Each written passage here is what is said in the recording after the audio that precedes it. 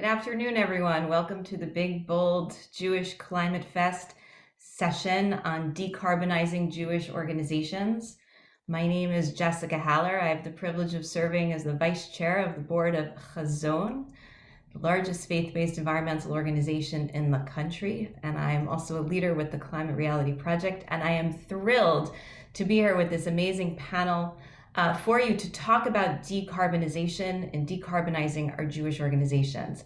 But before I let the panel introduce themselves, I wanted to frame us, where we are in sort of all this large work that has to be done to address the climate crisis globally and within our communities. This fest is talked a lot about in different sessions: education, action, and advocacy.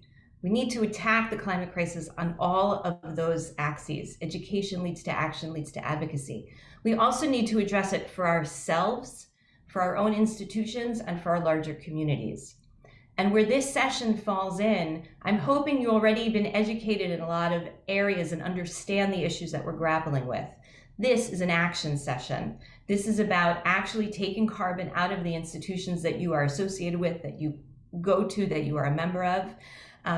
You can use this action to go further with advocacy, and you can use these actions to help yourself, your community, your institution, and your larger community. And we'll talk a little bit more about that framing later. Please enter all questions in the Q&A, and we will address them as at the end of the session. And now I'd like to turn it over one by one to our panelists to introduce themselves, and then we will hear their stories. Fred, please. Okay, thanks, Jessica, and great framing. I'm Fred Davis, Vice President of the Jewish Climate Action Network, MA. We've been sounding out an urgent and visionary Jewish voice on the climate crisis for at least about 8 years now. And today we're looking forward to the next Shemitah cycle and continuing to help synagogues effect significant change. I myself have a 40-year career as a professional and an advocate in energy efficiency. My particular work these days is just this kind of work: decarbonizing, community organizing around decarbonizing, following the latest awareness of what it will take technically to achieve society-wide net zero carbon. That's the eventual achievement, and I look at it now as the promised land. It's an eventual, long-term, difficult goal, but we must keep faith. We must be grounded in activism. And an absolutely essential step today is at the consumer level, the ground level, household level, synagogue level. Decarbonization needs to be accelerating rapidly. Every changeover opportunity needs to be grabbed. That means next time a car needs to be bought or a heating system needs to be replaced, it must be electric. Thanks, everyone.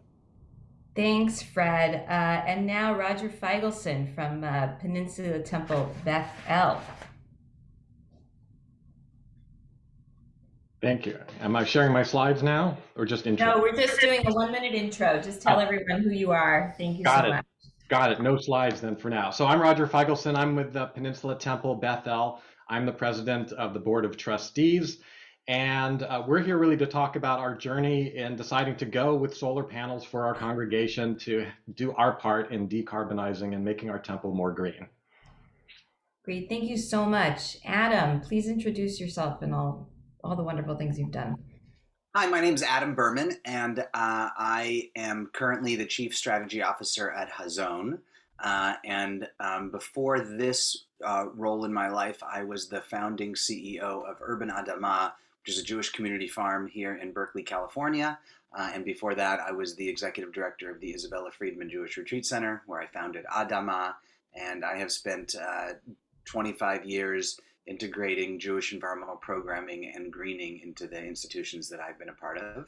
And I'm delighted to be here to share with you some of what we've been doing at Urban Adama. Wonderful. Thanks so much. And Joelle Novi with Interfaith Power and Light, please introduce yourselves. Hello, good afternoon. I'm Joelle Novi with Interfaith Power and Light. I direct the Interfaith Power and Light affiliate that works with congregations across DC, Maryland, and Northern Virginia in responding to climate change as a religious and moral issue. We are one of about 40 state affiliates of Interfaith Power and Light, doing similar work with synagogues and other congregations around the country.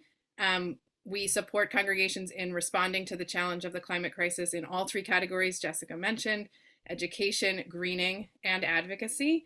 In addition to what Fred and Jessica mentioned as reasons to decarbonize our Jewish communities. I'll just add two more. One is that I think our congregations and communities are beacons in the communities that they exist in, and they help when we model what the future is going to look like. We help everyone envision the world that we need to create beyond carbon, beyond fossil fuels. And the other thing I've seen over and over again is that when our congregations lead in our own facilities, we become even more credible advocates. And we are much more able to tell our elected officials that we want to see them follow our lead, that they need to support a clean energy transformation because we are already showing what that looks like in our own facilities and communities. Thank you. Thank you so much, Joelle. We're all here to talk about decarbonizing, and we're going to have 4 different case studies, different levels of engagement within synagogues, community, and communities. And I want to start with Fred's story to tell us about a synagogue and all the great work that he did. Thanks, Fred.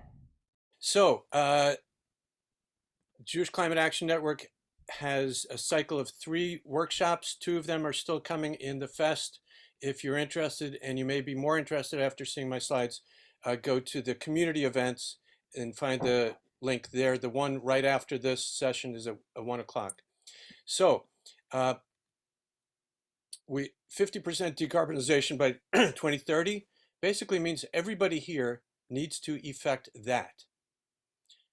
Needs to effect decarbonization totally, because we don't even represent probably half of the Jewish community. We must accelerate, and if not you, who?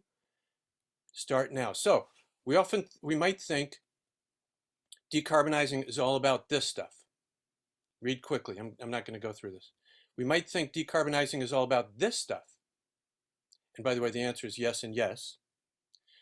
But decarbonizing is also all about this messy person-to-person interaction. It's messy, it's difficult. Every synagogue or community has some kind of group process, for better and for worse. So engage, that's activism, get in there. So I was asked to do a case study.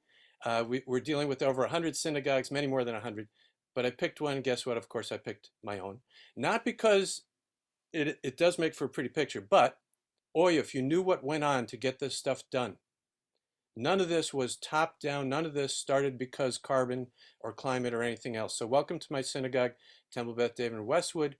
As soon as you start out, everybody says, oh, utility bills. Yeah, this is how much. Okay. But what nobody knows is this, and you got to go figure it out. And we have that. That's our next workshop at 1 o'clock.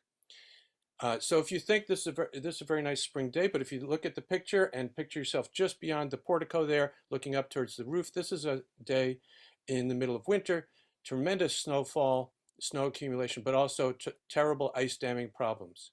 Terrible ice damming problems that also, and concomitant with that was pipes bursting in the ceiling, causing extreme flooding. Fred said, that's me, said, hey, what's going on year after year after year? Does anybody check this out? Like, is this a pattern? Every time it happened, it was a separate emergency. I said, oh, there's a pattern. And what do you know? Massive expenses. And I said, hey guys, and I'm sorry to use that term guys, I consider it gender neutral, but of course it's not. And what do you know? These were guys. The leadership, the ones who were getting in there and trying to fix the problem. I said, hey guys, building envelope, probably the problem.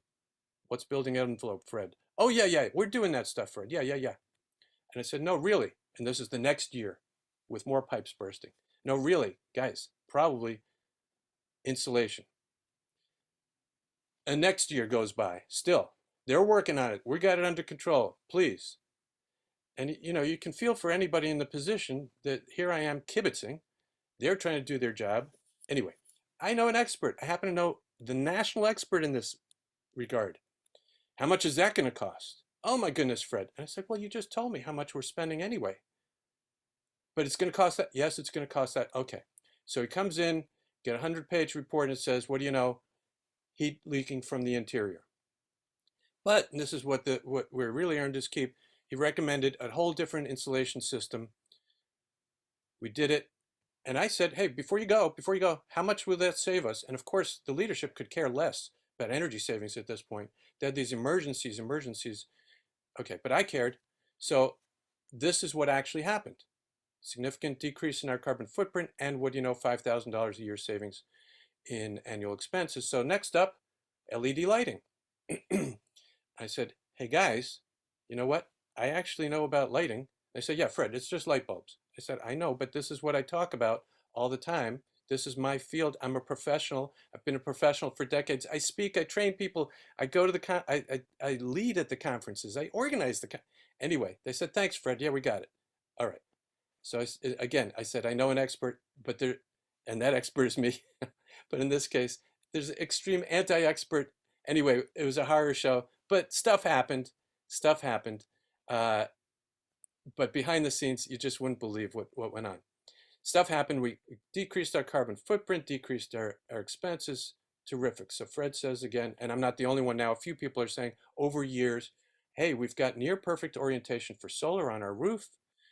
All the churches in town, and it took years while we were, thinking about this, but finally all the churches are lining up.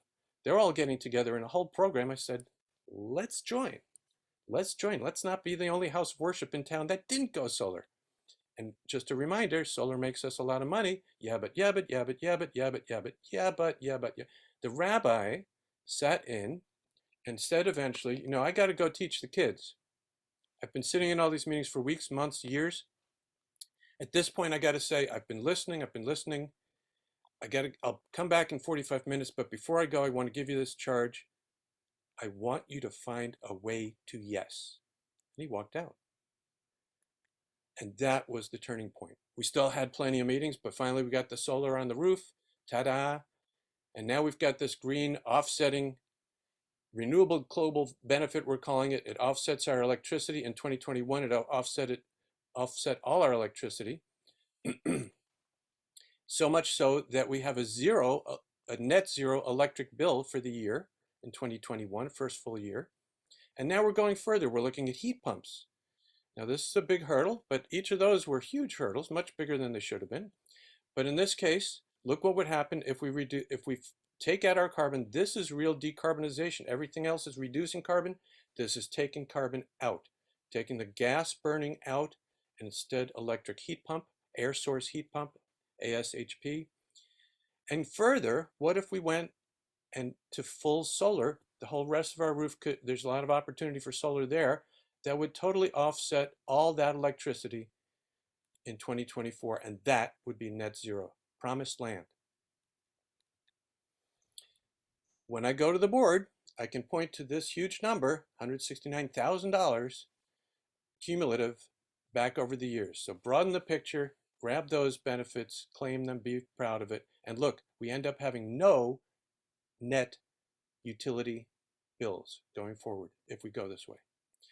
50% decarbonization by 2030, your shul in this Shemitah cycle, go for it. Get engaged, get messy. The world needs you. Thank you. Fred, thank you so much. Net zero and decarbonization is amazing. Wouldn't it be amazing if we all got there with all of our communal institutions? Next story, Roger Feigelson from his synagogue. Now it's time for your slides, Roger, and let's see what you guys did. Excellent. All right.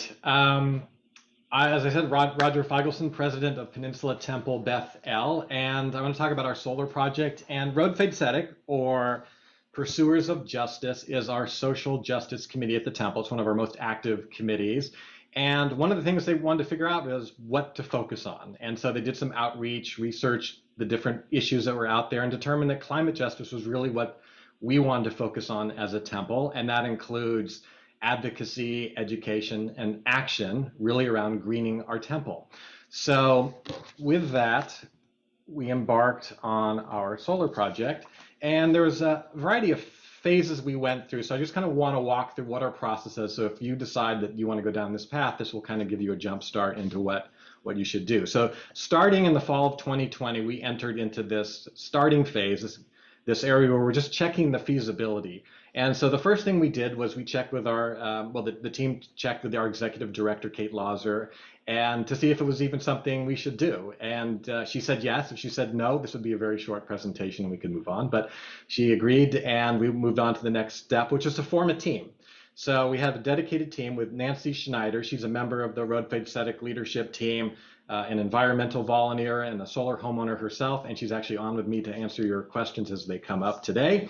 And Daniel Lipton, who is a strong proponent of solar and an owner of 2 homes of solar power. So together they spearheaded this effort. And then they did some outreach in the community. They looked at other synagogues that had either just gone solar or were in the process of, to find out what their experience was like. And then the fourth thing, I know there's only 3 bullets here, but there's actually five steps in getting started here. But they reached out to California Interfaith Power and Light and engaged Jerry Bernstein, who's their renewable energy expert, and their executive director, Lior, because really they have all the knowledge set that we would really need to rely on to make this possible. And then the last data point to collect before we did our preliminary analysis was, what is our actual electric usage? So we had to reach out to PG&E. And here's an important tip. It's not just your past 12 months of electrical usage, it's a typical 12 months. So for example, in the past year, we've had a pandemic, our offices were closed, we had actually construction on site building us a chapel. So there's a lot of atypical power usage. So just looking at 12 months would not have given us an accurate picture. So it's really the past 12 typical months of usage you want to look at. So you may have to go back a little further. So just something to keep in mind there. So, okay, so once we collected all of that data, then we moved into the preliminary analysis. So Jerry with Interfaith did the an estimate initially, reached out to about 4 potential installers and got some potential or sort of preliminary estimates from them. I think we used a model of a 100 kilowatt system, and it showed a savings of $275,000 over the 25-year life of the system. So that was already starting to look compelling. And then the team circled back with our executive director and our Temple treasurer, Steve Sarver, and showed that there really would be a substantial savings over time. So not only is it the right thing to do, helping decarbonize and making our temple green, but also that it made financial sense for the temple. So they were both really enthusiastic to move forward. So with that, we then moved into the detailed evaluation. This is where we started getting all the actual data for what this project would look like. So we narrowed it down to 2 providers. So we got 2 bids, and now we're in the summer of 2021. And then looked at various financing options. So if you're going down this path, you're going to find that there's 3 ways you could finance this. One is through a power purchase agreement, which is basically another company owns it, but you just pay for the power. You can do a financed lease, which is we borrow money and then pay for energy during the lease. And then the third is a prepaid lease, where you get a discount from financiers who take advantage of the tax credit for solar, and because nonprofits can't really take advantage of that. And so we actually use Collective Sun that works with nonprofits to do this.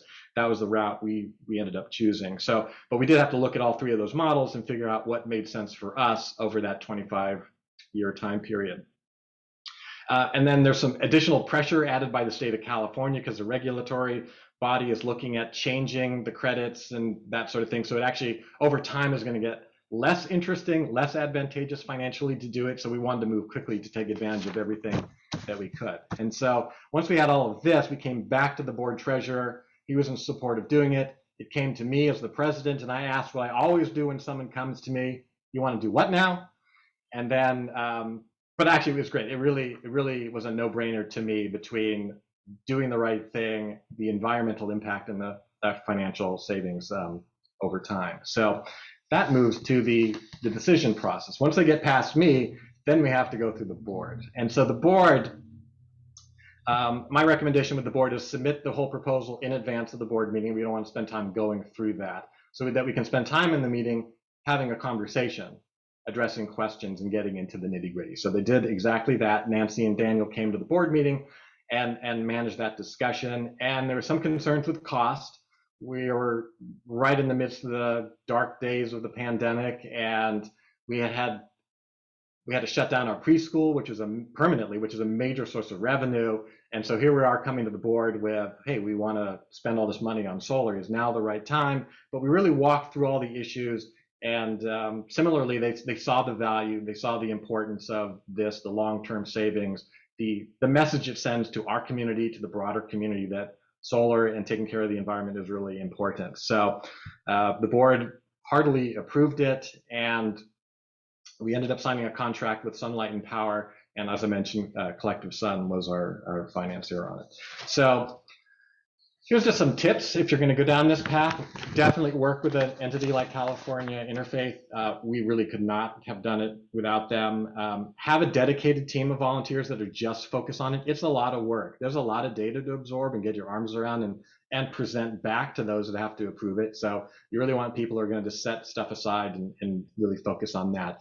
And then get the leadership involved early and keep them informed. If that initial conversation with Kate, and Kate had said, you know what, our roof can't support solar panels, we'd have to actually redo the whole roof first, that changes the complexion. So you want to know all that up front. So definitely keep everybody that needs to know involved early.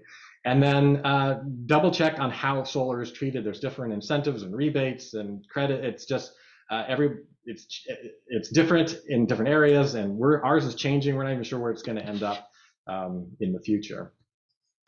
And just for fun, here's what our site looks like and will look like with the solar panels on it. They're not there yet, but this is the plan for where they'll be located. And here are kind of the speeds and feeds of our solution. And that finance price came in at a nice $241,000 with a projected savings of $410,000. So as you can see, this is substantial over the life of 25 years. The project is still in its design phase, and then PG&E has to sign off on it. There's been delays there. PG&E, if you read the news, has always got something going on. So that's taking some time. And then it has to go to the city to permit. That in and of itself is its own odyssey, which will take some time. And since we don't know how long these two phases will take, we're not sure when we're going to be completed, but we are well on the path to getting our solar panel and making a difference in the world. Thank you. Roger, what a great story. Thank you so much for sharing that. We heard about 2 existing synagogues who were successful in decarbonization, but sometimes you have the opportunity to start from scratch. So I want to turn now to Adam Berman to tell us a slightly different story about starting from the beginning and doing it right from the beginning. Adam?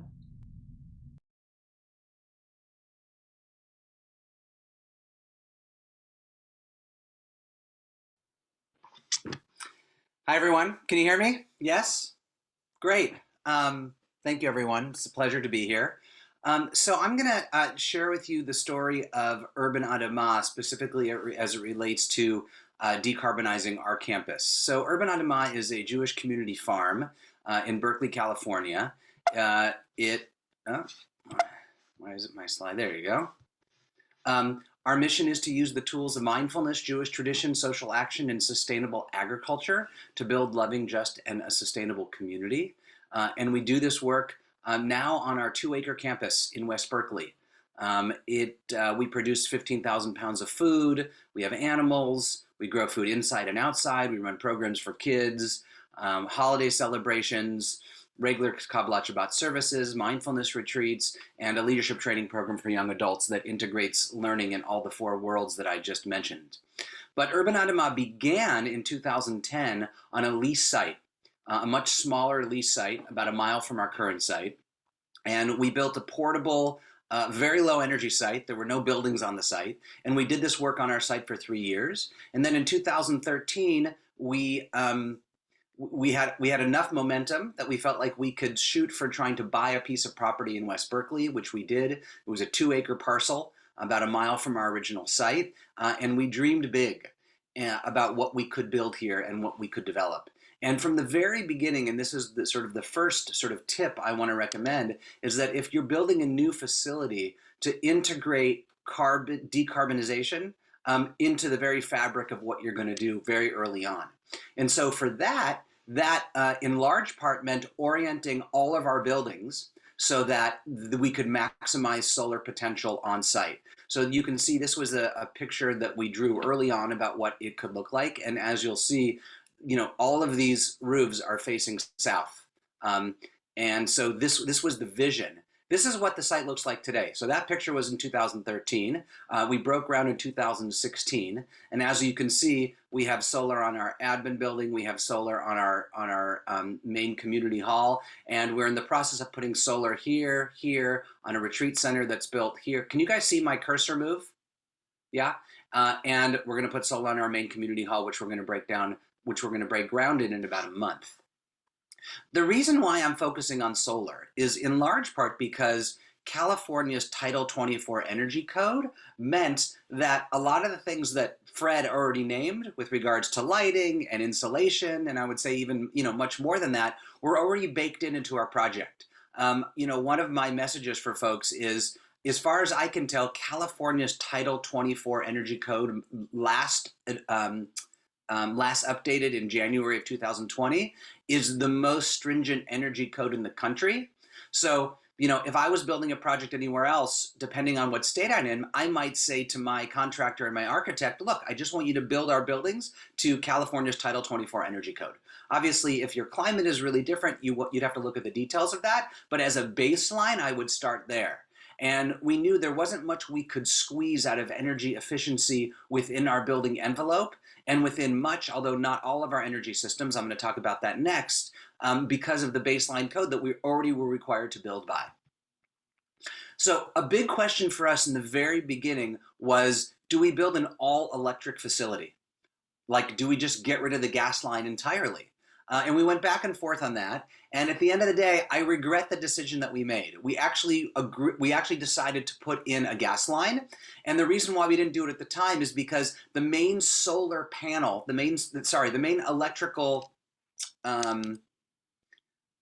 piece of equipment that we needed to install on site was about a $400,000 piece of electrical equipment. And to upsize it to the next size, it would have cost us about $200,000 more. And at the time, we looked at the analysis. The cost of running the gas line throughout the site was about $60,000, and the board made the decision not to upsize. I wish we hadn't done that. I would have liked to have been all solar, all electric, but we didn't do that. So we do have limited gas on site, and I'm going to talk to you about, we basically have gas on site only for cooking, which obviously we didn't need to do, and we have gas on site for dryers. This is a shot of our admin building. Obviously, we have real-time data that comes to us about how much we're producing. But the thing that I want to show you is that most solar installers now will give you software so you can see in real time what you're producing. And this is just a snapshot of what we've produced since we put our first system in 2017. Our second system went in late 2019. And what this shows is that in 2021, our system was producing 30 megawatts of electricity, which was roughly 48% of the total electricity used on our site. Once we install solar PV system, once we install panels on the rest of our buildings, we should get to 100% of our electricity used on site, produced by solar that we are producing on site. By the numbers, if you're curious, our system size so far is 17 kilowatts. The initial cost was $39,000. 30,000 kilowatt hours annually produced. Avoided cost, we're basically paying PG&E 26 cents per kilowatt hour. Their annual value of the production, i.e. money that we don't have to pay to PG&E, is $7,800. For people that are interested in payback, that results in a just over 5-year payback for the system. And then, of course, for the next 20, 25 years, the system will continue to produce free electricity for us, essentially. A key part of our strategy to make this happen, it's been talked about before, so I won't belabor the point, are heat pump HVAC systems, which are the most efficient way to produce heating and cooling, particularly in a warm climate like California. Signage is an important part of what we do. We have signs everywhere that talk about the technology and how to use the technology to make sure that it's used correctly.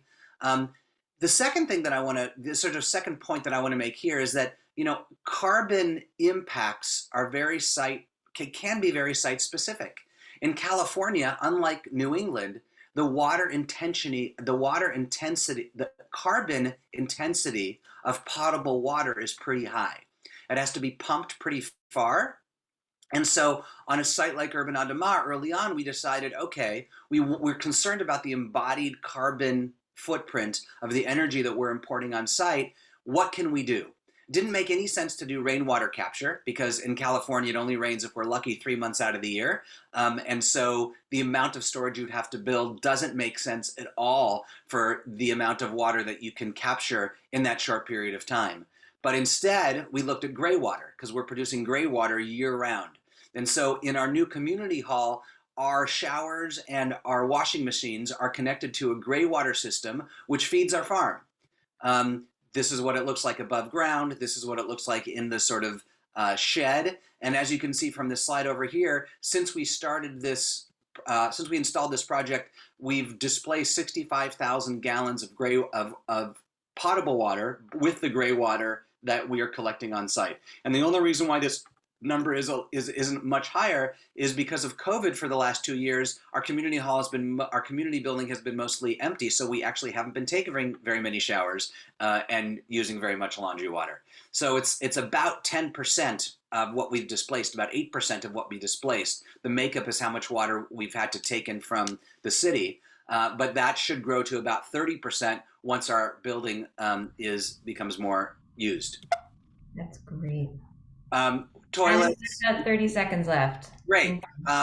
This was all not part of the building code, but things like the highest Energy Star refrigerators, the highest Energy Star water use things. I think I can end. So takeaways: start early, go all electric if you can, design buildings for maximum PV exposure, adopt California's building code, consider carbon impact specific to your site location use. In our case, that was water, and maximize impact through signage. Thank you. Thanks, Adam. Adam started introducing us to other ways to decarbonize because there is hidden carbon in everything and what we eat and how we get to the building. I want to pass it over to Joelle from Interfaith Power and Light to talk about some of these broader ways and other experiences she's had. Thanks, Joelle. Thank you so much. One of the things that I hope everyone will keep in mind as you undertake projects like this or think about undertaking projects like this is that Jewish communities are in very good company. And I see this because I'm with Interfaith Power and Light, where I'm not just going to my own Jewish communities, but working in every kind of congregation. And a lot of these issues about buildings are universal across faith traditions. And people in every kind of faith community are responding with great integrity and compassion to what they're learning about the climate crisis. So I encourage you, as you begin to think about these projects, to think about the church around the corner and the mosque, across the street. And it's likely that some of these questions, projects, challenges have arisen in all of the faith communities near you, and through local interfaith councils or through your local Interfaith Power and Light, you can find out and tackle some of these projects across traditions. So yeah, as you heard from each of the previous examples, our congregations and our institutions are embedded in a carbon economy. We are complicit in a fossil fuel-based climate crisis, and we can think about disengaging from that harm on many fronts. So you heard about thinking about our electricity use, thinking about water, and in several of the different projects. I just wanted to name a few other fronts on which you can think about this decarbonization. Adam used the term embedded carbon. So another just big one is food procurement. Like different kinds of food have different carbon footprints, and thinking systematically about the kinds of food you are purchasing for your institution can have a big impact. Hazon has a wonderful food audit for congregations that I would recommend to begin having these conversations. And then one concept and organization I've been enamored of recently is called Default Veg, where they're encouraging institutions to just shift the frame of what is the norm and what is the special request. So it's not when you have a meal at your community and you sign up and you pay for your meal, it says the Shabbat dinner we'll be serving is vegetarian. If you would like a special meat meal, check here. And just by changing which is the default and which is the special request, you're transforming the cultural norm without taking anyone's choices away. And leaning people away from the most carbon intensive foods. Another place I think we are complicit in carbon pollution or heat trapping climate pollution is in waste. When we send things to landfills and they degrade anaerobically, they degrade without access to oxygen as they do in landfills, it produces methane gas, a very potent heat trapping gas that accelerates climate change. So anything we can do to reduce single-use things and move away from having as much garbage can be part of this decarbonization work. One of my congregations in Bethesda, Maryland, actually did an activity where they put on gloves and went to the dumpster and assessed what they were throwing away as a community and then reported back. What they found was that they were throwing away a lot of food, and that led to setting up a compost pickup system, compost pickup service in their congregation. But there are lots and lots of ways to think systematically about moving away from disposables and away from as much garbage, and just thinking about systematically getting down your landfill waste. Another one that may be invisible to the eye but very important is how you bank. Congregations may probably have checking accounts. You may have CDs for your money. You may have some kind of retirement program for your staff. All of those may be invested in banks that are financing fossil fuel projects and accelerating the climate crisis, and could be invested in better banks that are investing in clean energy. My favorite resource for thinking about those opportunities and shifts is Green America. And Fran Teplitz there is a fellow member of the tribe who loves helping communities think about their alternatives to the conventional banks that we're using. So that's just, and then I guess the other one I wanted to mention is, if your institution is for any purpose paying for air travel, paying for plane tickets, I would suggest that that is a major way that you are contributing to the carbon footprint of your institution. And I would invite, as a very first step, to find what you consider to be a reputable carbon offset per ton, and just have an institutional policy that anytime you purchase airplane tickets for any reason, that there's an automatic policy of purchasing corresponding carbon offsets. Maybe over time that raises the price of that choice a little bit, and you could also think about reducing how much air travel the institution pays for over time, or think maybe just having a bit of a pause and thinking about alternatives when they're possible. I'll close just by inviting all of us to be aware of a little bit of a trap that I've heard in a lot of congregations and other faith Jewish institutions, which is a mandate that anything we do to green the facility pay for itself. When will this pay for itself? I don't know if anyone on the panel has heard this question asked of you. that when will this initiative that pay for itself?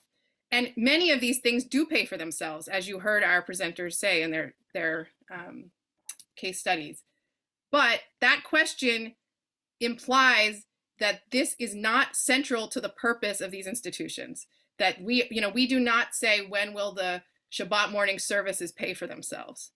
When will the Torah study pay for itself? Right? We don't have the standard of something having to pay for itself to be worth investing in by a Jewish institution implies that we still see these things as ancillary on the margins and not a fulfillment of our core purpose. So I want green advocates inside of Jewish institutions to hold out for a vision of a world in which Jewish communities understand that repairing our climate and protecting all life from the climate crisis is an expression of the core purpose for which our institutions exist, and does not always have to justify itself in terms of saving money for our other mission, because it is our mission. I'll end there. Thank you, Joelle. Thank you. That was really powerful. I wanted to go back to the panelists now, and in the audience, if you have questions, please put them in the Q&A, and we'll start to get to them.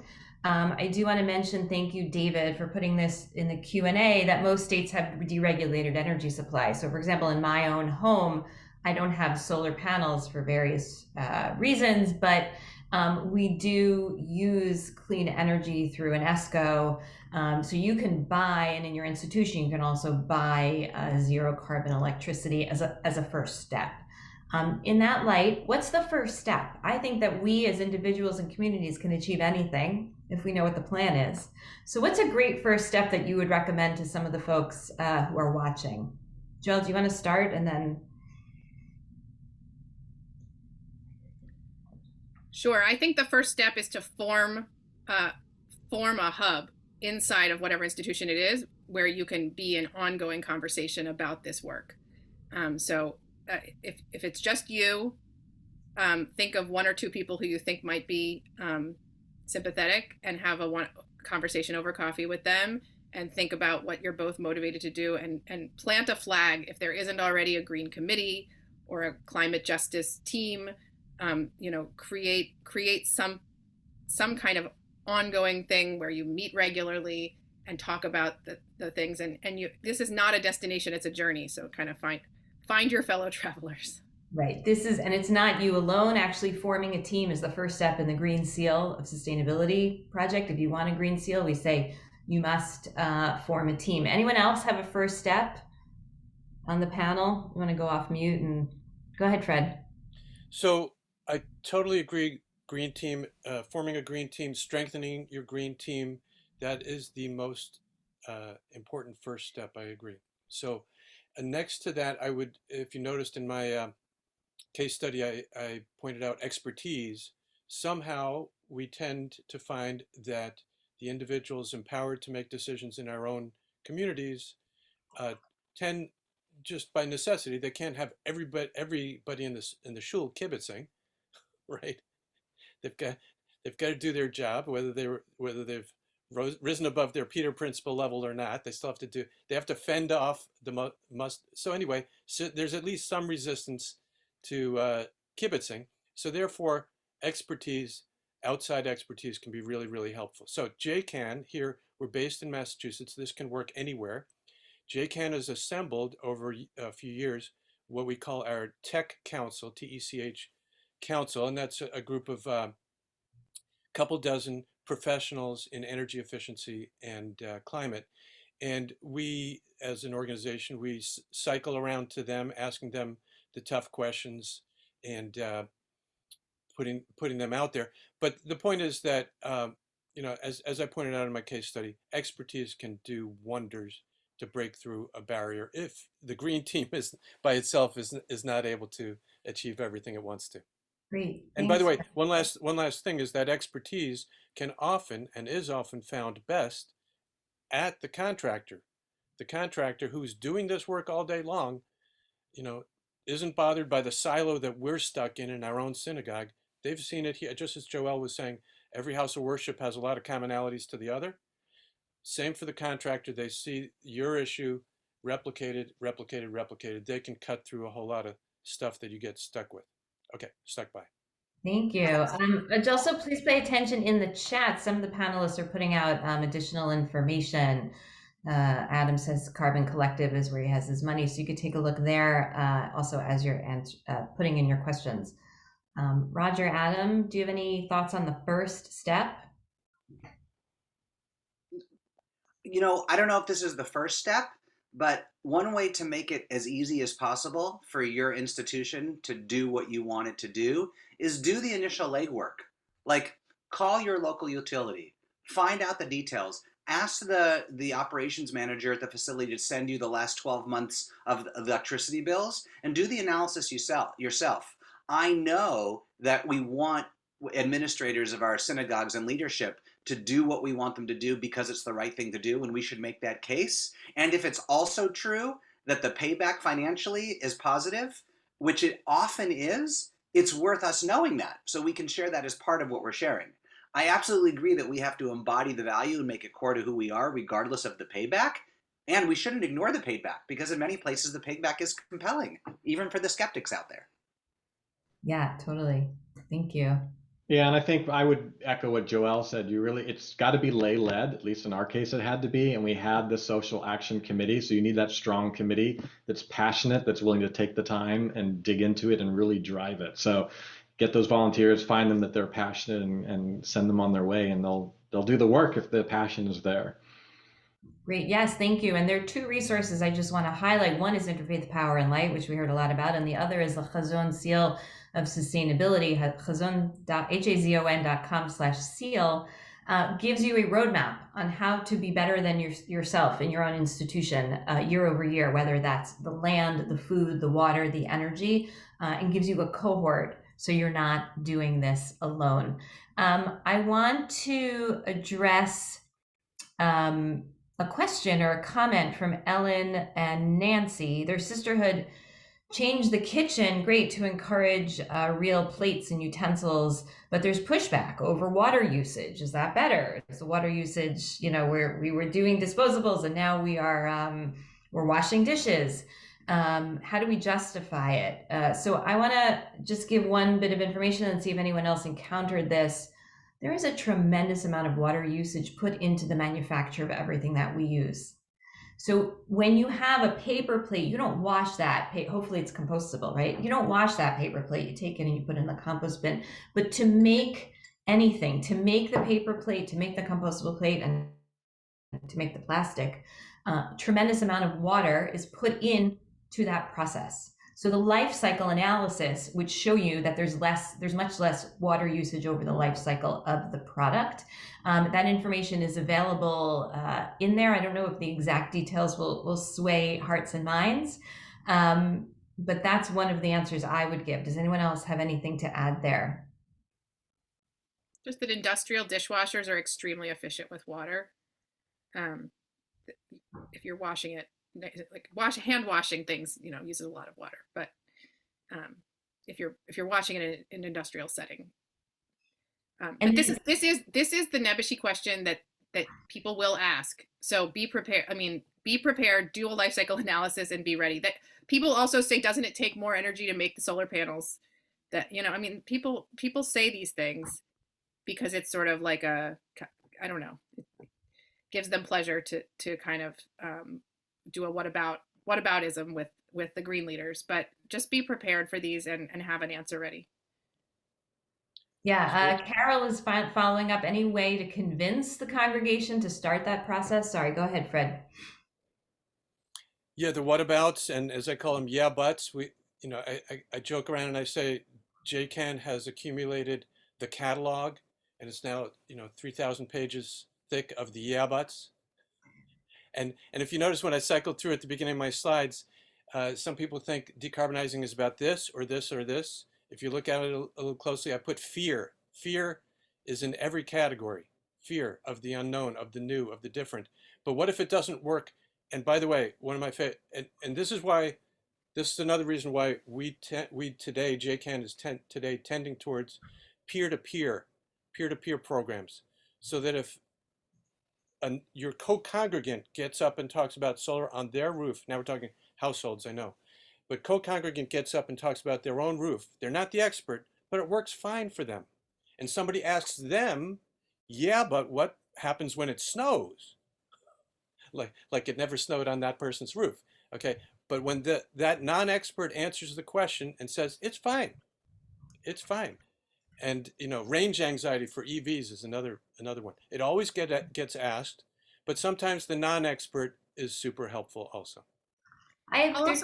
Sorry, go ahead, Joel. Oh, I was just going to say that one of the things this is turning up is that when you try to change the way something has been done in a congregation or a community for a long time, there are going to be people who have feelings about that and feel, like this was, the sisterhood always was in charge of Kiddush, and now you're telling us we have to do it differently, and that doesn't feel good, and I have feelings about that. And I think one of the things is not to skip over feelings, but to actually embrace, like, oh, now I need to talk to this person. I need to talk about why I care about it. I need to hear their feelings about it and invite them to think about why they might care about climate change too. And one example that I love is Bethel, which I mentioned in Bethesda, started having a compost pickup, but it required their custodial staff to do some different things that they hadn't done before.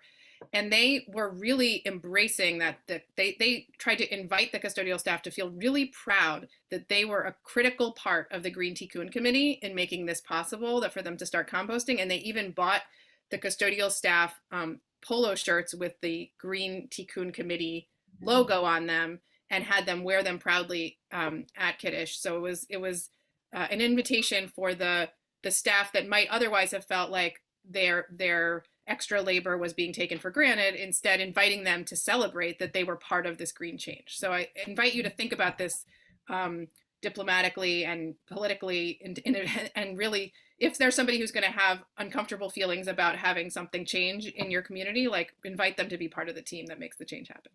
I love that. That's great. We have about 5 minutes left, and I want to address. Izzy put a question in the Q&A about projects integrating what he called climate preparedness adaptation into decarbonization plans. I would introduce the word resilience into that. Right, we are here. The changes that are baked into the climate are going to be affecting us for the coming decades, no matter what we do right now. We had in the East Coast, I know some of you are on the West Coast, right? You have fires on the West Coast, you have different air quality issues. We have flooding issues here. I'm in the Bronx. Has anyone seen any resilience planning or adaptation, either in changes from the synagogues, from the groups that you're talking to, or from your own places? And I will say, if there isn't, Joelle, I'll call you a second. There's money. I think there's going to be more money, but a lot of states are starting to provide resilience funding to help work on this. Yeah, Joelle?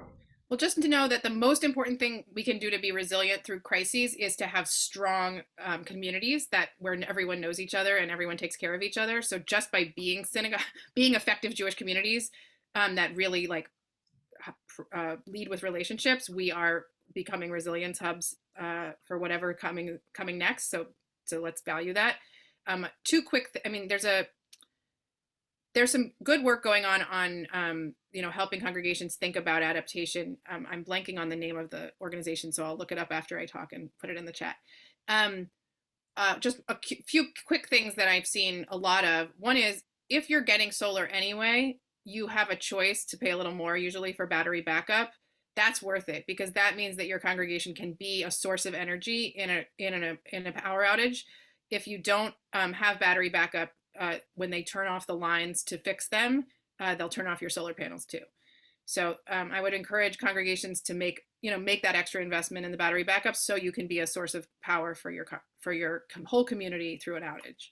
And the other thing we're seeing a lot of in our region is rainscape, sort of stormwater management projects that both restore the ecosystem by planting native plants and making the grounds more hospitable to wildlife. NWF has what's called Sacred Grounds program that you can learn more about with that. But all of those projects that help prepare our facilities for more frequent rainfall, more frequent flooding, and the sort of grass lawn is the least good at absorbing rainwater, but there's a lot of other things that can handle rainwater much better and keep help prevent flooding on our grounds, and also clean the water in the process. Thank you. We started out at the beginning of this session with a frame: education, action, advocacy, individual, institution, community. Fred particularly spoke about how we go from there and what we do. I want to wrap up today with two thoughts, and I'll address Carol Stein's question about different denominations in the Jewish faith doing it. I have seen through the Chazon Seal, every denomination participating. This is a movement that is coming through. We're living in a global environmental crisis, and our Jewish tradition compels us to respond. Catherine Hayhoe, a climate scientist who is also an evangelical Christian, who many of you probably know of, was interviewed this past week in the New York Times Magazine, and talks about, when we realize as individuals, I'm quoting, that we can't fix it, that's where despair comes in. If I drive an electric car, if I put my solar panels, I'm just me. You are just your synagogue, right? How do we grow? And she said, that's what we need to do, is we need to make people aware. Our personal actions matter, but they matter because they can change others. When we take that extra step of saying, hey, and her example is, I tried a Beyond Burger, why don't you come with me next week? If you take those kinds of actions and suddenly you've got 30, 50, 100 more people, you realize, hey, we might have a shot at fixing this. And therefore, it is super important that all of our communities are doing what we are doing and engaging with our neighbors on that. And it's long, hard work. And thank you to all the panel for the work, for stepping up and doing it, and for continuing to do it. And my last thought, what I turn to in this continuous, it feels like a grind, right? We never get to the end. Is Rabbi Tarfon, who says, I'll say it in Hebrew then English, Lo alechem lecha ligmor v'lo ata ben chorin libatel mimena.